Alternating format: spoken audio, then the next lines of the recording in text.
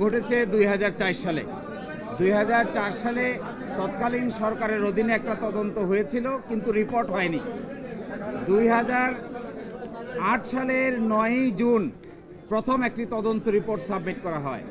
ওই তদন্ত রিপোর্টে 28 জনকে আসামি করা হয় এবং 61 জন সাক্ষী হয়ে যাওয়ার পরে আরেকটা তদন্ত করা হয়।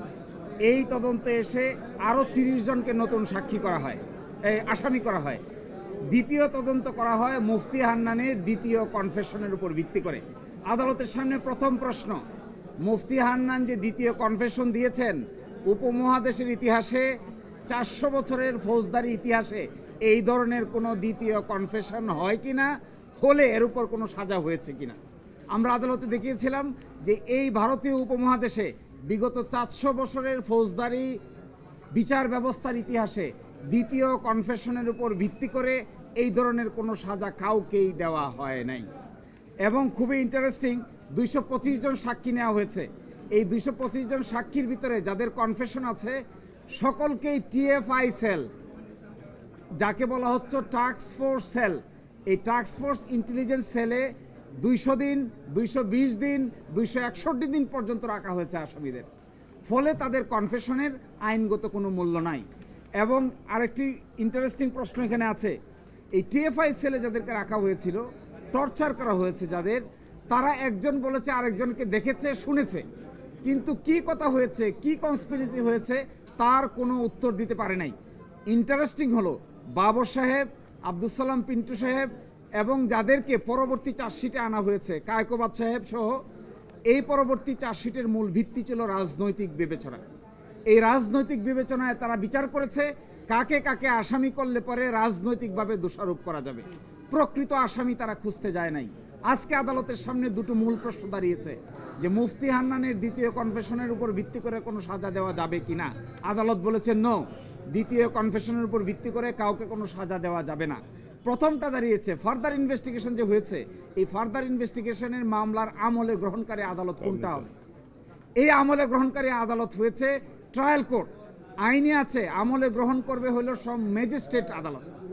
এখন দেখা গেছে আমলি আদালত আমলে না গ্রহণ করে যা বিচারিক আদালত আমলে গ্রহণ করেছে। হাইকোর্ট ডিভিশন বলেছেন এইটা বাংলাদেশের সকল সিদ্ধান্তের আলোকে অবৈধ হয়েছে এবং এই জন্য এই ট্রায়ালটাকে ইল্লিগ্যাল, অবৈধ ঘোষণা করেছেন। এবং সকল বিবেচনায় আমি যেটা বলতে চাই, অবশ্যই 21শে আগস্টে যা হয়েছে, we all are sympathetic to that. 21শে আগস্টের ঘোষণার বিচার হোক, এভরিবডি ওয়ান্টস, কিন্তু যাকে ইচ্ছা তাকেই আসামি করা যাবে না, এইটা তার এক শিক্ষা। এভিডেন্স যদি না থাকে, রাজনৈতিক বিবেচনায় কারো ঘাড়ে দোষ চাপিয়ে যদি বিচার করা হয়, তাহলে তার শেষ পরিণতি ভালো হয় না। এই ঘটনা থেকে এখান থেকে শিক্ষা নিতে হবে। জি, জনাব তারেক রহমানকেও এই মামলা থেকে খালাস দিয়েছেন। আর বাইরেও তার মামলা আছেন। আরেকটি মামলা আমরা করছি মেইন 23 নম্বর কোর্টে, 10 টাক অস্ত্র মামলা। এই 10 টাক অস্ত্র মামলা শুনানি শেষ পর্যায়ে এসেছে। আমরা আশা করব ওই মামলায় একই ধরনের ফলাফল হবে।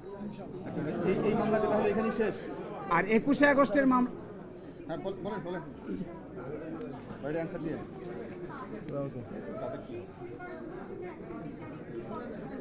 জি দেখেন, 21শে আগস্টের মামলা যারা নিহত হয়েছেন, যারা আহত হয়েছেন, ডেফিনেটলি আমরা সকলেই তাদের প্রতি অত্যন্ত সহানুভূতিশীল। এটাই হতে হবে আইনের দৃষ্টিতে। কিন্তু প্রকৃত অপরাধী যদি রাষ্ট্রপক্ষ বের করতে না পারে, তাহলে বিচারটা হবে কার? 100 মানুষও যদি খালাস পেয়ে যায়, নিরপরাধ একজনকেও আমরা সাজা দিতে পারি না। এই আইনের অধীনে যারা নিহত হয়েছেন, যারা পঙ্গু হয়েছেন, যারা জীবন হারিয়েছেন, গুলিবিদ্ধ হয়েছেন, সবার প্রতি we have very close sympathy and empathy to them. কিন্তু এই বলে বাবর সাহেব, এই বলে তারেক রহমান সাহেব, এই বলে মুজাহিদ সাহেব, এই বলে সালাম পিন্টু সাহেব, যাকে ইচ্ছা তাকেই আপনি সাজা দিতে পারবেন না। এটা ক্রিমিনাল জুরিসপ্রুডেন্সের কোনো নিয়মের মধ্যে পড়ে না। এই জন্যই যারা আহত হয়েছেন তাদের জন্য উচিত ছিল সুনির্দিষ্ট আসামি খুঁজে বাইর করা।